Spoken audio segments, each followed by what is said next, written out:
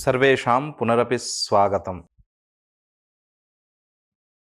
अद्य वयं स्वयमित्याख्ये पाठ्यक्रमे तृतीये सप्ताहे स्फोटनिरूपणम् आश्रित्य व्याख्यानं कुर्मः। अत्र इतः पूर्वं वृत्तिविषये अस्माकं चर्चा अभूत्, यत्र वृत्तेः त्रैविध्यं प्रतिपादितं, शक्तिः, लक्षणा, व्यञ्जना। यद्यपि लक्षणा वृत्तिविषये वैयाकरणानां तथा आग्रहो नास्ति, तथापि सामान्यतया अत्र पुस्तके तावत् लक्षणाविषयेपि विचारः प्रवृत्तः। एवं च वैयाकरणानां निकाये शक्तिः, व्यञ्जना इति वृत्तिद्वयमेव। अन्येषां दार्शनिकानां मते तु वृत्तेः त्रैविध्यं प्रतिपादितमेव। इदानीं सा च वृत्तिः कुत्र तिष्ठति? वृत्तिः तिष्ठति इति वृत्त्याश्रयः। एवं च वृत्त्याश्रयः कः? वृत्तिः कुत्र तिष्ठति? यत्र अर्थावबोधः स्यात् तत्र तथा भूतः कः सः पदार्थः यत्र वृत्तिः तिष्ठति इति विषये तत्र आदौ चर्चा विधीयते। अद्य वयं स्फोटविषये, स्फोटस्य प्रारम्भिकस्वरूपम् अद्य वयं विचारयामः। स्फोटपदार्थः कः? तत्र तार्किकाणां मते शाब्दबोधविषये के त्रयः पक्षाः, अर्थात् शब्दस्य स्वरूपं प्रतिपादयन्तः ते कथं शब्दस्य स्वरूपं, यतोहि तेषां मते शब्दस्य नित्यत्वं नास्ति इति कृत्वा, तर्हि कथं शब्दसमुदायः अथवा वर्णसमुदायः युगपत् कथं तिष्ठति इत्यत्र ते युक्तिः प्रतिपादयन्ति। तत्र त्रयः पक्षाः सन्ति। तान् त्रीनपि पक्षान् अत्र वयं विचारयामः। तत्र तेषाम् उपरि नागेशस्य कः अभिप्रायः, सोऽपि अंशः अद्य अस्माभिः चर्च्यते। ततः परं वैयाकरणानां मते वस्तुतः शब्दः कः, शब्दस्य स्वरूपं किं, यत्र वृत्तिः तिष्ठति, वृत्त्याश्रयः स शब्दः स कः इति तद्विषयेपि वयम् अद्य विचारयामः।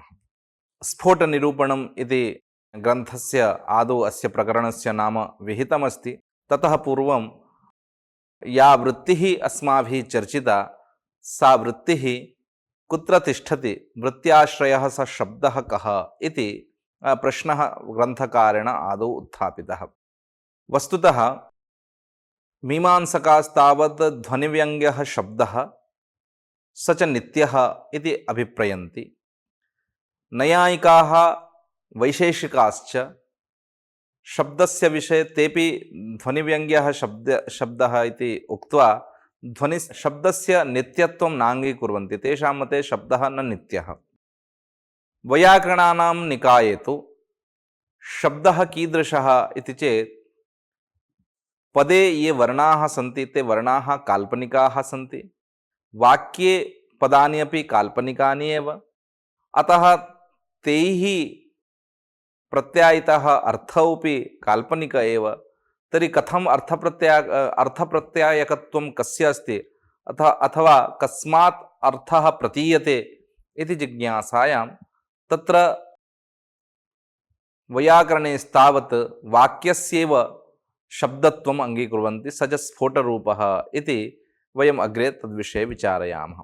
यथा ग्रन्थम् इदानीम् अग्रे ननु कोऽयं वृत्त्याश्रयः शब्दः इति आदौ प्रश्नः उत्थापितः। यतोहि इतः पूर्वं वृत्तिविषये चर्चा आसीत् इति कृत्वा सा वृत्तिः कुत्र तिष्ठति इति चेत् वृत्तिः शब्दे एव तिष्ठति। अतः वृत्त्याश्रयः सः शब्दः कीदृशः अथवा शब्दस्य स्वरूपं किम् इति जिज्ञास्यमाने तत्र तावत् अयं पक्षः आयाति, वर्णाः प्रत्येकम् इति चेन्न। यदि प्रत्येकमपि वर्णः शब्दः इत्युच्यते अथवा तस्मात् अर्थावबोधो जायते इति उच्यते, यथा घटः इति शब्दे घकारेणापि अर्थावबोधो जायते, टकारेणापि अर्थावबोधो जायते इति यदि प्रत्येकं वर्णस्य यदि अर्थावबोधकत्वम् अस्ति इति तस्य शब्दत्वम् अस्ति इति उच्यते। वर्णाः प्रत्येकम् इति चेत् न। किमर्थम् इत्युक्ते यदि प्रत्येकं वर्णात् यदि अर्थावबोधः जायेत तर्हि द्वितीयादिवर्णोच्चारणं व्यर्थापत्तेः। यथा घट इति शब्दे यदि घकारेणैव घटत्वावच्छिन्न घट इत्यस्य बोधो जायेत तर्हि टकार उच्चारणस्य अकार टकाराणाम् उच्चारणस्य अपेक्षा न स्यात्। अतः प्रत्येकं वर्णस्य यदि शब्दत्वम् अङ्गीक्रियते अथवा अर्थप्रत्यायकत्वम् अङ्गीक्रियेत तदानीं द्वितीयादिवर्णोच्चारणस्य वैयर्थ्यापत्तिः स्यात्। नापि वर्णसङ्घातः। अस्तु तर्हि समुदायवर्णस्यैव शब्दत्वम् अथवा अर्थप्रत्यायकत्वं भवतु इति चेत् तदपि न सम्भवति। किमर्थमित्युक्ते नापि वर्णसङ्घातः, वर्णसमुदायः समुदायस्यापि शब्दत्वं वक्तुं न शक्यते। किमर्थमिति चेत् उच्चरितप्रध्वंसित्वेन योगपद्य असम्भवात्। यतोहि वर्णाः उच्चरिताः सन्तः द्वितीये क्षणे यदा द्वितीयः वर्णः उच्चार्यते तदानीं प्रथमः वर्णः नश्यते। अयं क्रमः वर्णानाम्। एकः वर्णः उच्चरितः, यदा द्वितीयः वर्णः उच्चार्यते तदानीम् अयं वर्णः ध्वंसो भवति अथवा नष्टो भवति। एवं च उच्चरितप्रध्वंसितत्वं तत्र वर्णेषु अस्ति इति कृत्वा प्रथमकाले यः वर्णः उच्चरितः द्वितीये काले सवर्णः नश्यति। अतः उच्चरितप्रध्वंसितत्वात् वर्णसङ्घातः कदापि प्रत्यक्षो न भवति। एकः वर्णः उच्चरितः, यदा अपरः वर्णः उच्चार्यते तदानीम् अयं वर्णः नश्यति इति कृत्वा वर्णसङ्घातः कदापि प्रत्यक्षो न भवति इति कृत्वा योगपद्येन युगपत् एककालावच्छेदेन न तिष्ठति इति कृत्वा वर्णसङ्घातस्यापि अर्थप्रत्यायकत्वम् अथवा शब्दत्वं वक्तुं न शक्यते। तदेव उच्यते अभिव्यक्तेर् उत्पत्तिर्वा क्षणस्थायित्वात् क्षणात्मककालस्य प्रत्यक्ष अयोग्यत्वेन तदवच्छिन्नवर्णस्यापि अप्रत्यक्षत्वात्।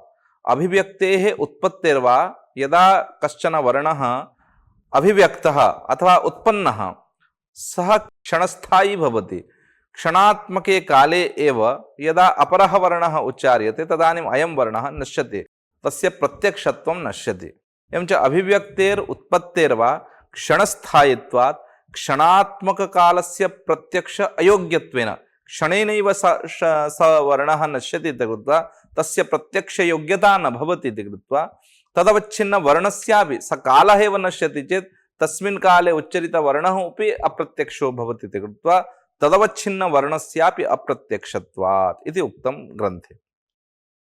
उच्चारणाधिकरण कालोत्तर कालवृत्तिध्वंसप्रतियोगित्वम् उच्चरितप्रध्वंसितत्वम्।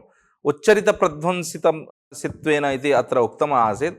तस्य किं स्वरूपम् उच्चरितप्रध्वंसित्वं नाम किम् इति चेत् उच्चारणाधिकरणकालोत्तरकाल यस्मिन् काले सः वर्णः उच्चरितः, उच्चारणाधिकरणकाल यस्मिन् काले उच्चरितः, उच्चारणाधिकरणकालोत्तरकालवृत्ति अपरस्मिन् क्षणे अपरे काले यदा अपरः कालः यदा उपतिष्ठते तदानीं पूर्वकालः पूर्वस्याम् अवस्थायां यः कालः सः कालः ध्वंसो भवति, नश्यति। एवं च उच्चारणाधिकरणकालोत्तरकालवृत्ति ध्वंसप्रतियोगित्वम् उच्चरितप्रध्वंसितत्वम्। एवं च वर्णानाम् उच्चरितप्रध्वंसितत्वम् अस्ति। सवर्णः उच्चार्यते, कालावच्छेदेन एकस्मिन् काले एकस्मिन् क्षणेनैव सवर्णः नश्यति इति कृत्वा उच्चरितप्रध्वंसितत्वात् तत्र वर्णप्रत्यक्षं भवितुं नार्हति। अतः प्रत्येकं वर्णः शब्दः अथवा अर्थप्रत्यायकत्वं तस्य अस्ति इति वक्तुं न शक्यते। न च वर्णसङ्घातस्यापि शब्दत्वं वा अर्थप्रत्यायकत्वं वक्तुं शक्यते। यतोहि एक एव वर्णः यदा उच्चरितः अपरे वर्णे उच्चारिते स पूर्वः वर्णः नश्यति। एवं च उच्चरितप्रध्वंसितत्वात् वर्णसङ्घातोऽपि कदापि न सम्भवति इति कृत्वा तस्यापि वर्णसङ्घातस्यापि शब्दत्वम् अथवा अर्थप्रत्यायकत्वं वक्तुं न शक्यते। अत एव इको यणचि इत्यादौ यदा अचि परे अचि अव्यवहिते अचि पूर्वस्य वर्णस्य पूर्वस्य इकः स्थाने यण् स्यादिति उच्यते तदानीं द्वयोः वर्णयोः योगपद्येन उपस्थितिः न भवति। यतः पूर्वः वर्णः यदा उच्चरितः यदा द्वितीयः अच् वर्णः उच्चार्यते तदानीम् अयं पूर्ववर्णः नष्टः एव। एवं च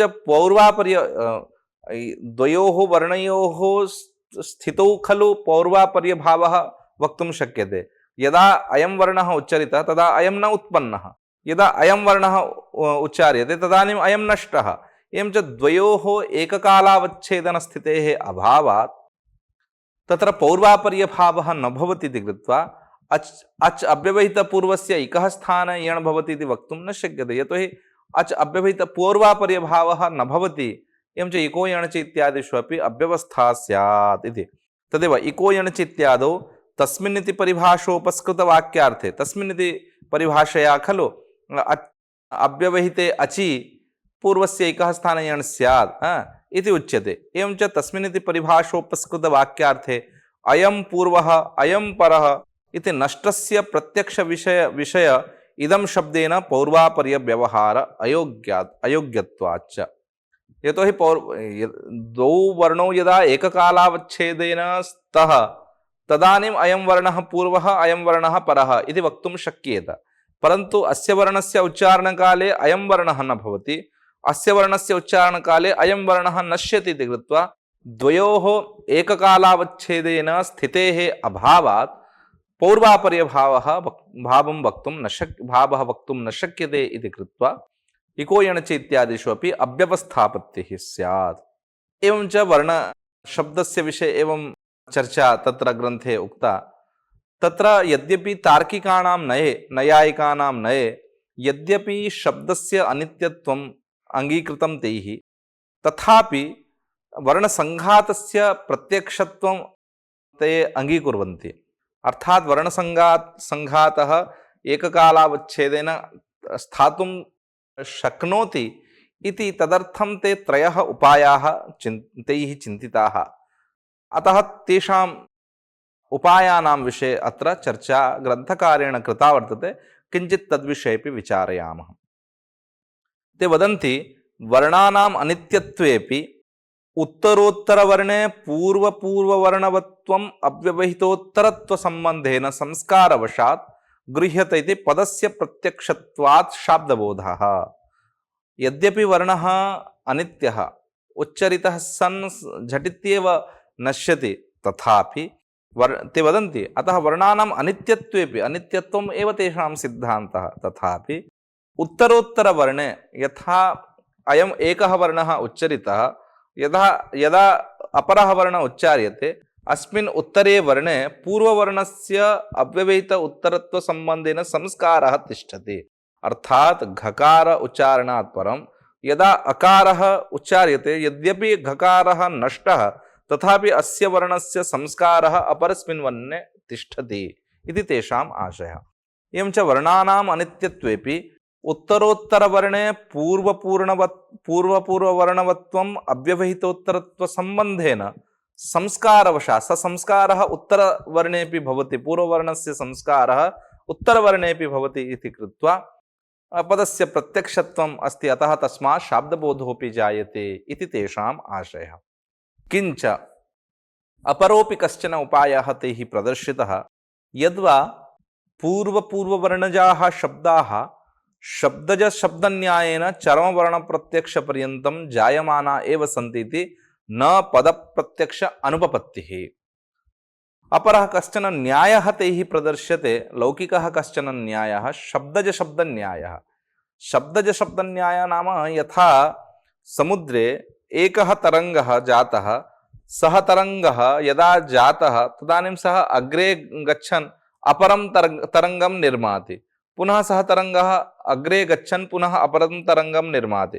एवं च एकः तरङ्गः अपरं तरङ्गं निर्माति, अपरः तरङ्गः अपरं तरङ्गं निर्माति। एवं च क्रमेण एवं तरङ्गानां शृङ्खला काचित् भवति, परम्परा काचित् भवति। एवं च यदा तीरं प्रति आयाति स तरङ्गः तदानीं सर्वेषामपि मनुष्याणां प्रत्यक्षः जायते स तरङ्गः इति। यथा तरङ्गात् तरङ्गस्य उत्पत्तिः जायते, एवं च शब्दजशब्दन्यायेन तथा एकः शब्दो नाम अत्र वर्णः, एकः वर्णः उच्चरितः, सः वर्णः पुनः अपरं वर्णं यदा उत्पादयति तदानीम् अयमपि वर्णः तत्र सन्निविष्टो भवति इति। एवं शब्दजशब्दन्यायः। एवं न्यायेन तावत् चरमवर्णपर्यन्तम् अर्थात् कस्मिंश्चित् पदे एकः वर्णः उच्चरितः, द्वितीयः वर्णः उच्चार्यते चेत् तस्य संस्कारः अत्र भवति। एवं च चरमे वर्णे सर्वेषां योगपद्यसम्भवात् शाब्दबोधो जायते, पदप्रत्यक्ष अनुपपत्तिः न स्यात्, पदं तिष्ठत्येव, पदं जायते एव इति तेषाम् आशयः। द्वितीयेन उपायेन इत्थं ते प्रतिपादयन्ति। यद्वा पूर्वपूर्ववर्णजाः शब्दाः शब्दजशब्दन्यायेन चरमवर्ण, चरम नाम अन्तिमवर्ण प्रत्यक्षपर्यन्तं क्रमशः जायमानाः भवन्ति इति कृत्वा अन्तिमे वर्णे तावत् समेषां सङ्घः, समेषाम् उपस्थितिः शब्दजशब्दन्यायेन भवति इति कृत्वा पदप्रत्यक्षो जायत एव, अतः तत्र न कापि अनुपपत्तिः इति। यथा हि उदाहरणं ते प्रदर्शयन्ति, यथा हि भेर्यादिशब्दाः स्वजातीयशब्दान् उत्पादयन्ति तथैव अत्रापि वर्णाः स्वसजातीयवर्णान् उत्पादयन्ति।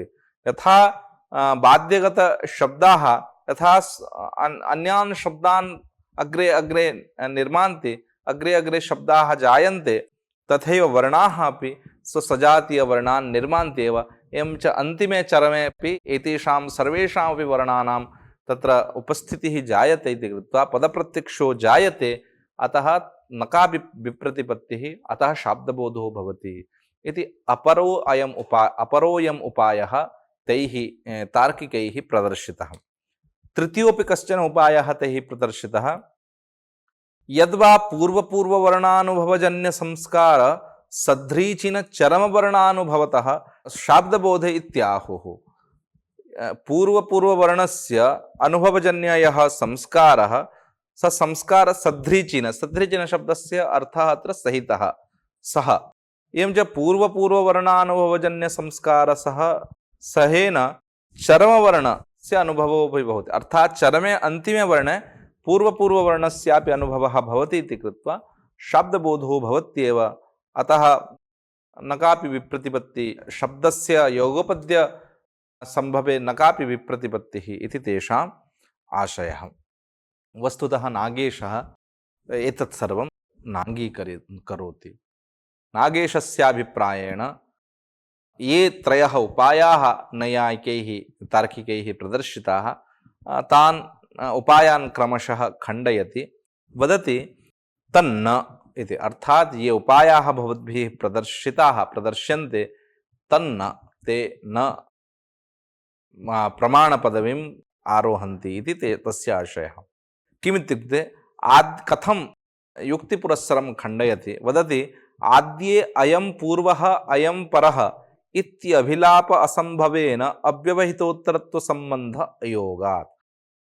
प्रथमः यः उपायः तैः प्रदर्शितः आसीत्, यद् वर्णानाम् अनित्यत्वेपि उत्तरोत्तरवर्णे पूर्वपूर्ववर्णवत्व अव्यवहितोत्तरत्व संबंधेन संस्कारो भवति इति यः उपायः, आद्यः उपायः तैः प्रदर्शितः, तत्र नागेशः वदति आद्ये नाम आद्ये उपाये अयं पूर्वः अयं परः इति अभिलाप असम्भवेन, यद्यपि एकः वर्णः उच्चरितः, तस्य वर्णस्य संस्कारः द्वितीयवर्णे तृतीयवर्णे एवं जायते इति वक्तुं शक्यते, तथापि कदाचित् क्रमेण अयं पूर्ववर्णः अयं परः वर्णः इति वक्तुं कदाचित् न सम्भवति इति कृत्वा, किञ्च नष्टविद्यमानयोः अव्यवहितोत्तरत्वसम्बन्धस्य वक्तुम् अशक्यत्वात् इदं प्रधानं कारणम्। इदानीं पूर्वपूर्ववर्णस्य उत्तरोत्तरवर्णे अव्यवहितोत्तरत्वसम्बन्धेन संस्कारो जायते इति ते कथयन्ति।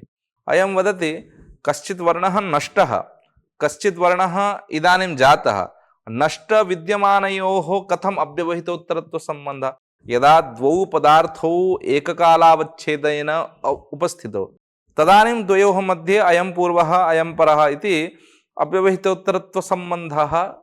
संबन्धं वक्तुं शक्नुमः। परन्तु यत्र एकः वर्णः इदानीं नष्टः, अपरः इदानीं विद्यमानः उत्पन्नः, नष्टविद्यमानयोः अव्यवहितोत्तरत्वसम्बन्धः कदापि वक्तुं न शक्येत इति कृत्वा प्रथमः यः उपायः तैः प्रदर्शितः स च उपायः निराकृतः नागेशेन।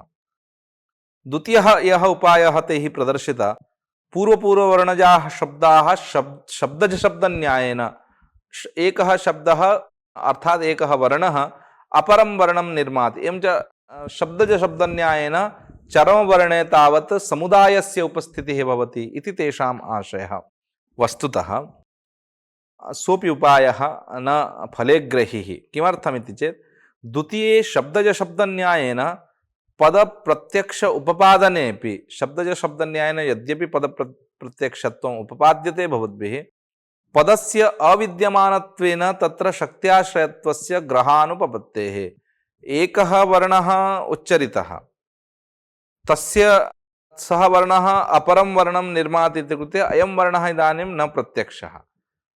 एवं च अप्रत्यक्षस्य अविद्यमानस्य शक्त्याश्रयत्वं कथं वा वक्तुं शक्यते? अतः शब्दजशब्दन्यायेन यद्यपि प्रथमवर्णेन द्वितीयः वर्णः उत्पाद्यते, द्वितीयवर्णेन तृतीयः वर्णः, एवं च क्रमशः वर्णाः जायन्ते इति उच्यते, तथापि अयं प्रथमः यः वर्णः द्वितीयः यः वर्णः तेषाम् अविद्यमानत्वात् तेषां शक्त्याश्रयत्वं कथं भवितुम् अर्हति? अतः अविद्यमानस्यापि शक्त्याश्रयत्वं यदि अङ्गीक्रियेत तदानीं सः वदति अविद्यमाने आश्रयत्वाङ्गीकारे नष्टो घटो जलवान्। अविद्यमानः स्यापि यदि आश्रयत्वम् अङ्गीक्रियेत तदानीम् अयं घटः नष्टः तथापि जलवान् इति एवमपि व्यवहारः स्यात्। नष्टः घटश्चेत् कथं वा जलवान् भवितुम् अर्हति? तथापि अविद्यमानस्यापि शक्त्याश्रयत्वं यदि अङ्गीक्रियेत तर्हि अयमपि व्यवहारः उपपद्येत। तस्मात् अयमपि उपायः, द्वितीयोऽयम् उपायः भवताम् इदानीं निराक्रियते। तृतीयः उपायः अपि भवद्भिः प्रदर्शितः, यत् पूर्ववर्णानुभवजन्यसंस्कार सध्रीचिन चरमवर्णानुभव पर्यन्तं एवं शाब्दबोधो भवति इति। एवं च पूर्वपूर्ववर्णानाम् अनुभवः अन्तिमे चरमवर्णेन सह अनुभवो भवति, एवं च शाब्दबोधो भवति इति तृतीयः उपायः प्रदर्शितः। सोऽपि उपायः इदानीं निराक्रियते। कथमिति चेत् तृतीय उपाये येन क्रमेण अनुभवः तेनैव क्रमेण तत्संस्कारस्थितिरिति इत्यत्र विनिगमक अभावात्। येन क्रमेण एकः वर्णः उच्चरितः, स्मरणे सः वर्णः तेन क्रमेण ते वर्णाः तेन क्रमेण आयान्ति इति वक्तुं न शक्यन्ते। एकः वर्णाः उच्चरिताः, ते वर्णाः पुनः क्रमेण संस्कारवशात् ते आयान्ति इति वक्तुं न शक्यते। किमर्थमित्युक्ते यथा उदाहरणं प्रदर्शयति, कदाचित् सरः इति स्थाने यदि कदाचित् वर्णक्रमः व्यत्यस्तो भवति तदानीं रसः इति एवमपि बोधो स्यात्। तदानीम् अर्थव्यत्यासः स्यात्। अतः सरः कदाचित् रसत्वेन अङ्गीक्रियेत, अतः तत्रापि विप्रतिपत्तिः स्यात्। कदाचित् नदीस्थाने यदि वर्णानुभवव्यत्यासः क्रमव्यत्यासः जायते तदानीं नदी इति स्थाने दीनः इति स्यात्। एवं च नदी दीन जरा राजः इत्यादि एवं क्रमव्यत्यासो भवति चेत् एवं विप्रतिपत्तयः जायन्ते इति कृत्वा तृतीयोऽपि यः उपायः भवद्भिः प्रदर्श्यते सोऽपि न फले ग्रही, अथवा तेन उपायेन शब्दत्वं प्रतिपादयितुं न शक्यते।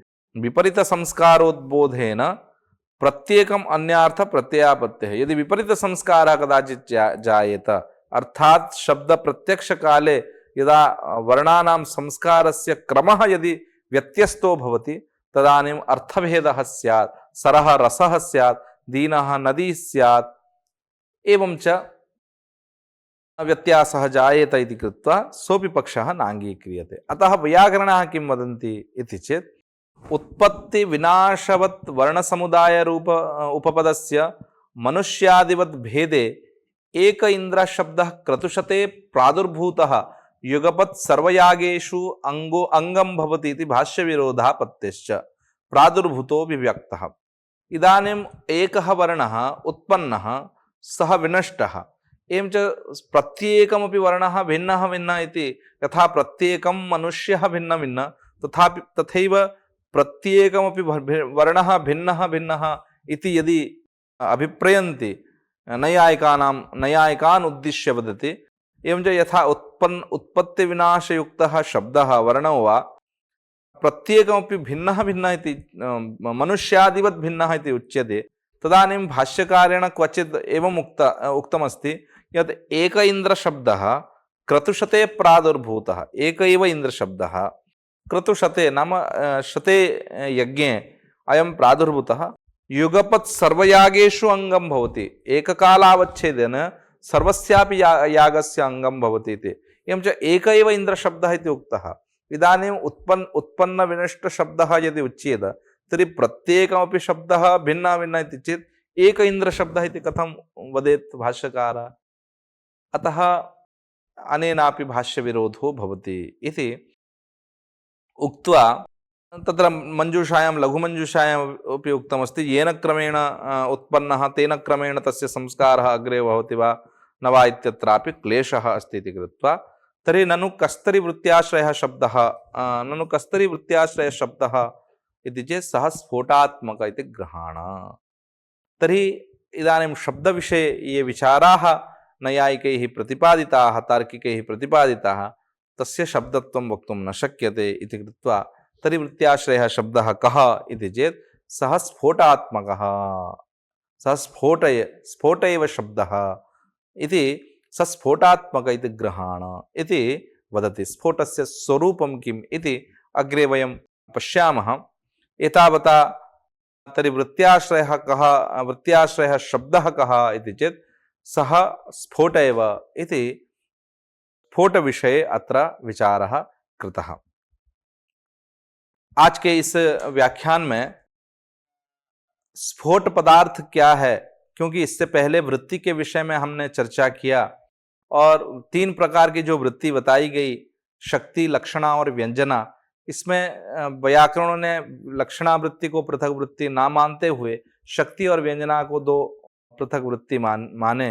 वो जो वृत्ति, उस वृत्ति जहाँ रहती है वो वृत्त्याश्रय शब्द कौन है, किसको हम वृत्त्याश्रय शब्द किसको कहेंगे, ऐसे जब चर्चा हुई तो उसके विषय में तार्किकों ने और व्याकरणों ने बहुत लंबी चर्चा की। उसके विषय में आज हम चर्चा करेंगे। उसमें स्फोट पदार्थ क्या है, तार्किकों के हिसाब से शब्द का स्वरूप क्या है, अथवा अर्थ प्रत्यायकत्व किसमें है, ये भी विचार करेंगे। उसमें नागेश का क्या अभिप्राय है और व्याकरण क्या बोलते हैं, उसके विषय में हम चर्चा करेंगे। तो उसमें हमने ये बताया कि अगर प्रत्येक वर्ण का अगर अर्थ प्रत्यायकत्व ग्रहण करेंगे, शब्दत्व ग्रहण करेंगे, तो एक वर्ण उच्चारण होते ही दूसरा वर्ण जब उच्चरित होता है तो प्रथम वर्ण नष्ट हो जाता है। तो एक साथ कभी भी एक पद इकट्ठा उपस्थित हो ही नहीं पाएंगे। एक शब्द, एक वर्ण उच्चारण के दूसरा वर्ण जब उच्चारित हुआ तो पहला वर्ण नष्ट हो गया। तो इस प्रकार से कभी भी जो है वर्ण संघात हो नहीं पाएगा। एक साथ एक कालावच्छेदेन, एक समय पे कभी वर्णों का समाहार इकट्ठा नहीं हो पाएगा, इसलिए उसको हम शब्द नहीं कह सकते हैं, क्योंकि अभिव्यक्ति और उत्पत्ति क्षणस्थायी है। जब उच्चरित हुआ तुरंत ही वो नष्ट हो जाएगा, इसलिए इकट्ठा हम उसको नहीं कर पाएंगे। इसके विषय में तार्किकों ने बताया, 3 उपाय बताए। यद्यपि वर्णों के अनित्यत्व ग्रहण करते हैं, तथापि उन्होंने ये बताया कि 3 अगर उपाय करेंगे, 3 उपाय उन्होंने ऐसा प्रदर्शित किया जिसमें शब्द को हम प्रत्यक्ष कर सकते हैं, एक जगह देख सकते हैं। एक वर्ण उच्चरित हुआ, दूसरा वर्ण उच्चरित होते होते पहला वर्ण नष्ट यद्यपि हो गया, तथापि वर्णों का समाहार इकट्ठा हम कर सकते हैं। कैसे कर सकते हैं वो बता रहे हैं। पहला जो उपाय उन्होंने बताया कि वर्णानाम अनित्यत्वेपि उत्तरोत्तर वर्ण पूर्व वर्णवत्वम अव्यवहित उत्तरत्व संबंधेन संस्कारवशात गृह्यते। अर्थात पहले पहले वर्ण जब उच्चरित हुआ तो दूसरा वर्ण में पहले वर्णों का अव्यवहित उत्तरत्व, अर्थात कोई बिना व्यवधान हुए उन दोनों वर्णों में एक संबंध हो जाएगा। वो संबंध संस्कार रूपी संबंध होने के कारण पद प्रत्यक्ष हो सकता है, इसलिए शब्द बोध में कोई कठिनाई नहीं है। दूसरा जो उपाय बताया उन्होंने, शब्दज शब्द न्याय से।